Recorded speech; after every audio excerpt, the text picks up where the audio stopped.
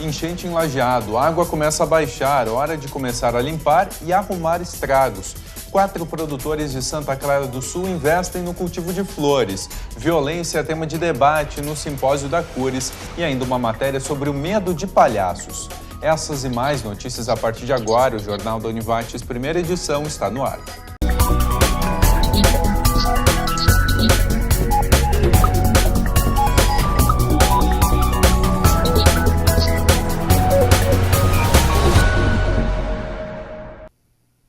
Olá, boa tarde.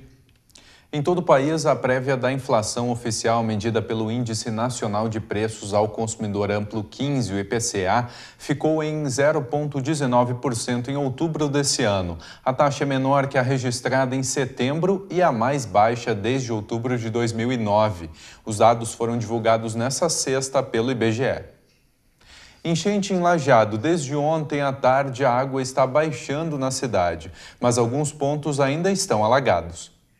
Por onde a enchente passou, ficou muito entulho e também barro nas ruas. Foi preciso usar bota para andar em alguns locais, tamanha sujeira. À medida que a água vai baixando, as pessoas começam a limpar as casas, mas para algumas famílias ainda é hora de esperar. A Avenida Décio Martins Costa segue debaixo d'água aqui no centro da cidade. Algumas famílias não puderam voltar para suas residências. A previsão é que a situação comece a voltar ao normal amanhã. Dona Elizabeth ainda não conseguiu limpar a casa. O prejuízo com a cheia não foi tão grande, mas vai afetar a renda da família. Olha, eu deixei bastante coisa dentro de casa, louças, mas isso aí a gente lava no caso, né? Só os materiais da minha filha de decorações de festa dentro do caso. Ela trabalha com isso, ela perdeu material de trabalho. Isso, material de trabalho. Mesmo com a enchente, ela segue morando aqui. A gente é acostumado, né? Eu tô desde os meus 7 anos de idade morando aqui, né? Eu já tô com 53 anos, é anos, né? Já saí, já voltei. Já tá acostumado com a enchente? Já tô acostumada, é que a gente já sabe o nível, né? A gente vai tirando as coisas e deu. Em alguns pontos da cidade, a equipe de limpeza contratada pela prefeitura faz a roçada e retirada do lixo, onde a água já baixou. No bairro São José, algumas casas ainda estão alagadas. Seu Valdir não perdeu nada de muito valor, mas o susto foi grande com a cheia. Nós tiramos meia-noite, 2 horas, 2 horas da manhã, nós tiramos coisas. Nós achamos que não ia pegar água, mas infelizmente pegou, né? Depois de 5 anos morando aqui, seu Valdir não quer mais isso para a vida dele. Eu pretendo sair, porque morar na enchente, coisa nova nem cá não tem que comprar, né? Perde tudo, né? Mas embora que o cara carrega antes da cheia, mas estraga tudo, né? Começa a montar e desmontar e não se torna difícil, né? Coisa nova não adianta comprar, né? O rio Taquari está em 20 metros e 72 centímetros, conforme a medida feita às 11h30 da manhã no Porto de Estrela. Isso representa 7 metros e 82 centímetros acima do nível normal. A terceira edição do Educação na Praça, marcado para ocorrer amanhã em Estrela, foi adiada por causa da cheia do rio Taquari. A Prefeitura de Estrela vai anunciar nova data e local do evento, que pretende contar com a mostra de trabalhos, hora do conto e exposição da Escola da Inteligência. A atividade vai reunir alunos dos colégios de educação infantil e do ensino fundamental. E domingo tem arte na Praça da Matriz de Lajeado. O evento deve ser das 10 da manhã até às 6 da tarde. E a seguir, produtores de Santa Clara do Sul investem no cultivo de flores.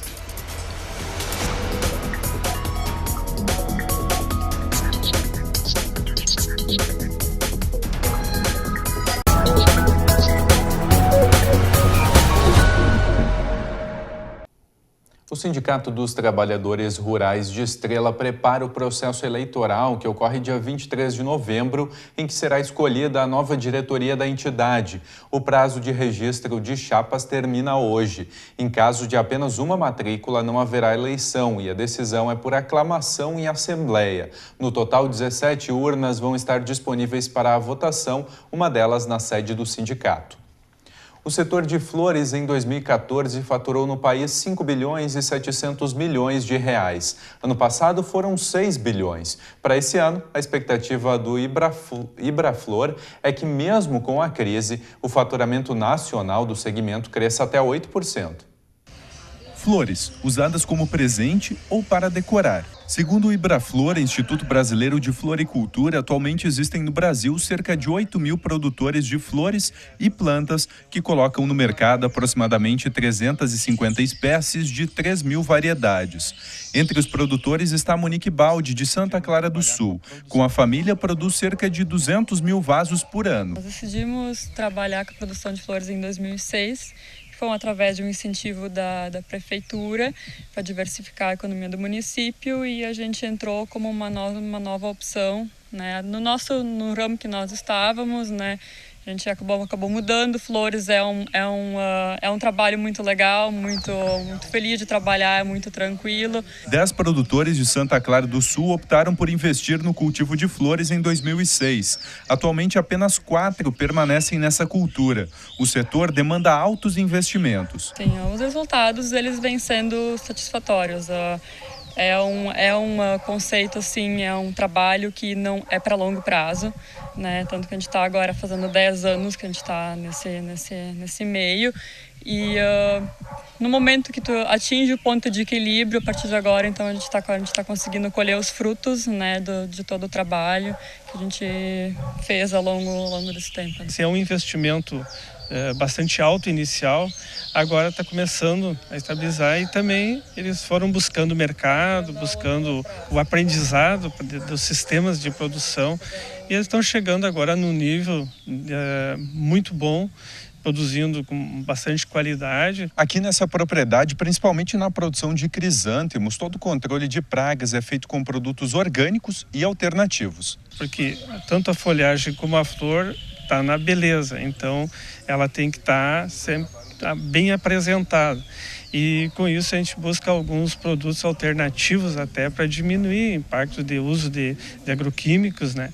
Mas eu acho que está chegando num bom nível, temos uma boa produção, tudo que eles estão produzindo estão conseguindo comercializar, e isso coloca assim numa situação mais estável de produção. E agora a previsão do tempo. Nas próximas horas, o sol continua aparecendo alternado por períodos de maior nebulosidade. As temperaturas podem alcançar os 24 graus. Amanhã o tempo fica firme e ensolarado na região devido à atuação de uma massa de ar seco. As primeiras horas do sábado serão um pouco mais frias e à tarde deve ser quente. Veja as temperaturas para amanhã em Lajeado e região.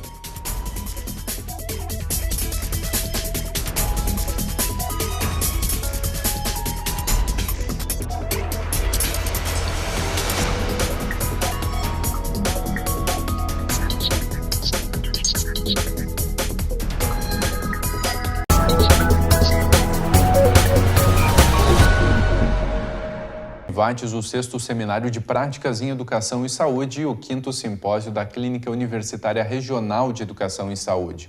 Oficinas, conferências e rodas de conversa fazem parte do evento. No início da tarde de ontem, 100 participantes estiveram em uma roda de conversa sobre pessoas em situação de violência e adoecimento psíquico. Roda de conversa para trocar conhecimento sobre os desafios de cuidar de pessoas em situação de violência e adoecimento psíquico. 100 estudantes da saúde e profissionais da área participaram. Oportunizar um debate, a troca de experiências, a busca de possíveis alternativas novas de cuidado às pessoas. Para os estudantes, esse é o momento de assimilar a teoria da sala de aula aos exemplos de quem atua na área. Para os profissionais, oportunidade de debater dúvidas do dia a dia. Nos motivam a pensar não só a violência em si, que existe muito na região, mas de como nós, profissionais, podemos olhar de uma maneira mais qualificada e uma escuta um pouco mais acolhedora para essa outra pessoa diferente que está numa situação de vulnerabilidade, né, e que demanda situações de saúde que muitas vezes os serviços não conseguem traduzir e decifrar. A violência é um dos principais problemas da atualidade. Debater isso na universidade permite que ideias surjam para melhorar a sociedade. O cuidado das pessoas em situação de violência, assim como os cuidados das pessoas que sofrem psiquicamente, né, exigem dos profissionais um preparo, uma habilidade, não é? E são muito grandes os desafios. Então, esse investimento na educação permanente desses profissionais e dos estudantes é muito importante. Para eles terem essa possibilidade de interação, teoria e prática. Então, de também levar esses temas para discussão em sala de aula, de conhecer como os trabalhadores que estão aqui, lá no dia a dia do trabalho, com que situações eles se deparam, que dificuldades eles enfrentam, e da gente fazer essa aproximação entre a universidade e a comunidade. Da gente, desde agora, começar a pensar em possibilidades de mudança. Os 3 dias de seminário e simpósio devem reunir 1.000 pessoas nos debates, palestras e rodas de conversa. Ontem, o Ministério das Cidades confirmou que, estando a rodovia devidamente sinalizada, o órgão de trânsito pode retomar a fiscalização sem a necessidade de nova comunicação no Denatran. Uma lei federal em vigor desde 8 de julho determinava que todos os carros estivessem com os faróis baixos acesos, mesmo durante o dia ao trafegar em rodovias brasileiras. A multa é de R$ 83,15, uma infração média com adição de 4 pontos na CNH do condutor. Em rodovias que não passam por áreas urbanas, a simples identificação como rodovia já serve para permitir a aplicação de penalidade. Nas que passam em limites urbanos, é preciso a sinalização reforçando a necessidade dos faróis acesos.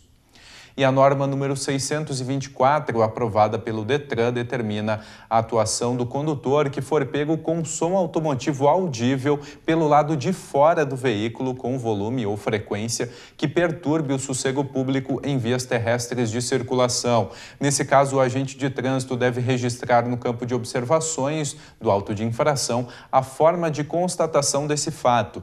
A ação que é considerada grave e acrescida de mais 5 pontos na CNH, conforme estabelece o artigo 228 do Código Brasileiro de Trânsito. E a seguir, uma matéria sobre medo de palhaços.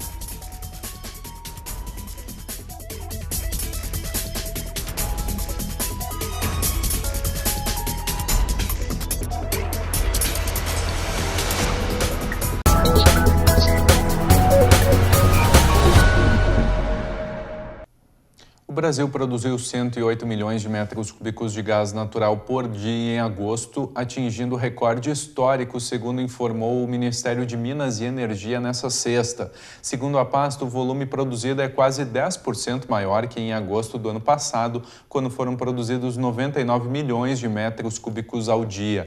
A produção de agosto desse ano também supera a média anual desde 2010. Um dos principais programas de atendimento às crianças implantadas pelo atual executivo de Lajeado está com a continuidade ameaçada. Pelo menos uma das 22 escolas públicas infantis encaminhou notificação aos pais avisando sobre o cancelamento do projeto Creche 12 Meses durante o próximo mês de janeiro. Mas o executivo garante não haver qualquer decisão até o momento.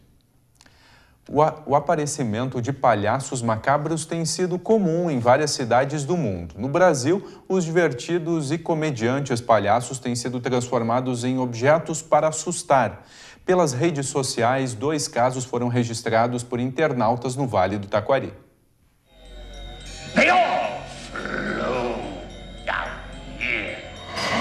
Os famosos palhaços macabros de filmes de terror ganharam vida. Tudo começou nos Estados Unidos, com pessoas se vestindo de palhaço e assustando pessoas. Mas essa atitude pode gerar vários riscos, tanto para quem faz quanto para quem sofre. Sim, representa um perigo por estar ameaçando, está parecendo que isso é uma ameaça contra a sociedade, enfim, né?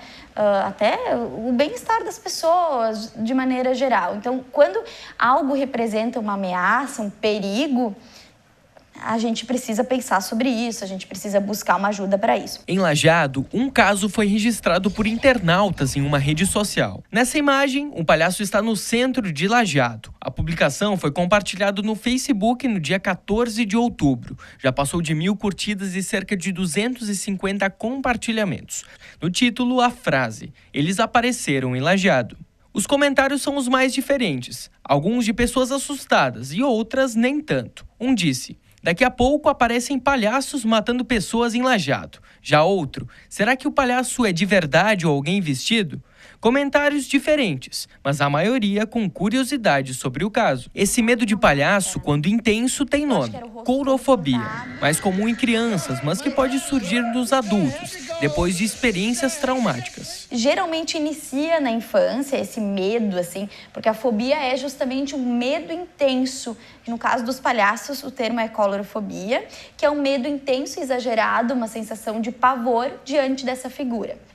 Tem tratamento para a fobia, né? Tem tratamento, a gente trabalha com a questão da dessensibilização, da exposição gradual dessa pessoa diante desse estímulo, mas em primeiro lugar é preciso identificar a origem disso, assim, de onde é que isso vem, quais foram as experiências que essa pessoa teve que a fizeram desenvolver esse medo exagerado, essa fobia, então. Psicologicamente, não há como explicar os principais motivos que levam algumas pessoas a se vestirem de palhaço e assustarem os outros. Mas talvez esse seja o maior temor, o desconhecido. Né? As pessoas têm muito medo do desconhecido. Então, na verdade, tem a figura em si do palhaço, que por si só tem aí questões relacionadas à própria figura, né? As máscaras de palhaço, enfim. Mas é esse mistério que tem por trás dessa questão. O que essas pessoas estão querendo? E justamente é o que apavora mais. É o não saber o que está por trás disso. O importante nessa situação é saber diferenciar a brincadeira de maldade. Que os palhaços macabros continuem apenas nos filmes.